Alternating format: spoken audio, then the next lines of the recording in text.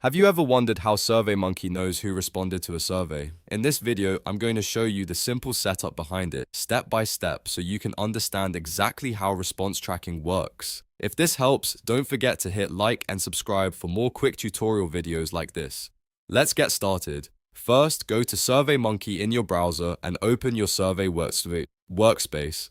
Once you're in, click on your survey to begin editing it. This is where you'll set up the question that helps identify the person responding.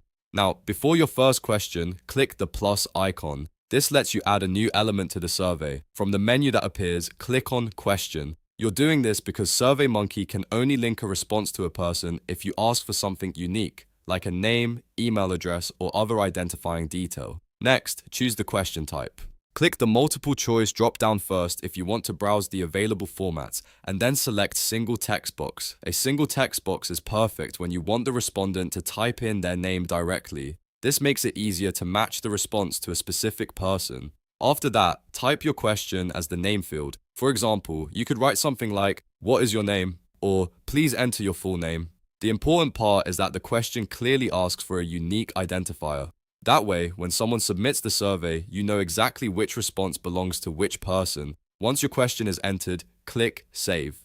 Saving the survey locks in the question and makes sure your setup is ready to collect responses. From this point on, any answer entered into that text box can be used to identify who responded, especially if you're sharing the survey with a known group.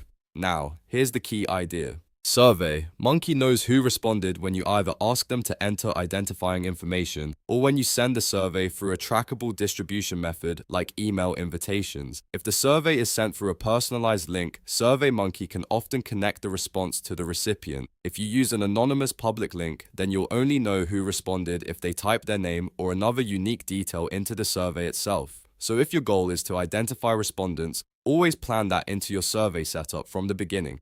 Use a name field, an email field, or a required question that captures the information you need. And if privacy matters, make sure you understand whether your survey is anonymous or tracked before you send it out. And that's the basic answer to how SurveyMonkey knows who responded. It usually comes down to either a tracked invitation or a question that asks for identifying information. If this video helped, please like the video and subscribe for more simple software tutorials. Thanks for watching, and I'll see you in the next one.